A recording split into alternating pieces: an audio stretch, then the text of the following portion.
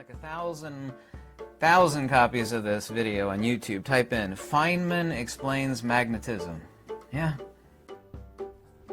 If you get hold of two magnets and you push them, you can feel this pushing between them. Turn it around the other way and they slam together. Now, what is it, the feeling between those two magnets? What do you mean, what's the feeling between the two magnets? There's something there, isn't there? I mean, the sensation is that there's something there when you push these two magnets together. Listen to my question. What is the meaning when you say that there's a feeling? Of course you feel it. Now, what do you want to know? What I want to know is what's going on between these two bits of metal. Magnets repel each other. Well, then what does that mean, or why are they doing that, or how are they doing it?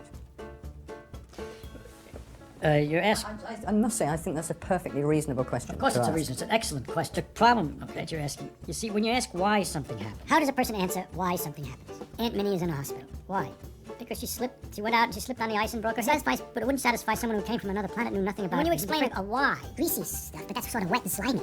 But a solid, that's so slippery, so you got a sort of instantaneous water surface. It freezes, so the pressure tries to undo the expansion. And why does water expand when it freezes and other substances don't expand when they freeze? I'm not answering your question, but I'm telling you how difficult the why question is. Why did she fall down? It has to do with gravity involved in all the planets. Come on, it goes on and on. Now when you ask somebody who doesn't know anything at all about it, all I can say is that there's a magnetic force that makes them repel. It's not that you're feeling that force, but it's the same electrical repulsions that are involved in keeping your finger away from the chair. It's electrical forces in minor and microscopic details. And in iron, all the electrons are spinning in the same direction. They all get lined up. Well, that's a description, that's not an explanation. Do we know what incommensurability and coherency is? And they magnify the effects. It's going to be one of the things you'll just have to take as an element in the world, the existence of magnetic repulsion. I can't explain that attraction in terms of anything else that's familiar to you.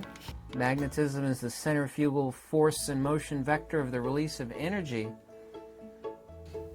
So I'm not going to be able to give you an answer to why magnets attract each other, except to tell you that they do. Kinds of forces. There are electrical forces, magnetic forces, gravitational forces, and others. Here, and the other thing over here, and then we have this. That our relationship between the gravity forces and electrical forces remains unknown. And so-called gravity is the terminal of a magnetic field. Obviously, it is the erasure of space. But I really can't do a good job, any job, of explaining magnetic force in terms of something else that you're more familiar with, because I don't understand it in terms of anything else that you're more familiar with. Science fiction has warped everybody's brain. We're about bending space and space tunnels and space this and...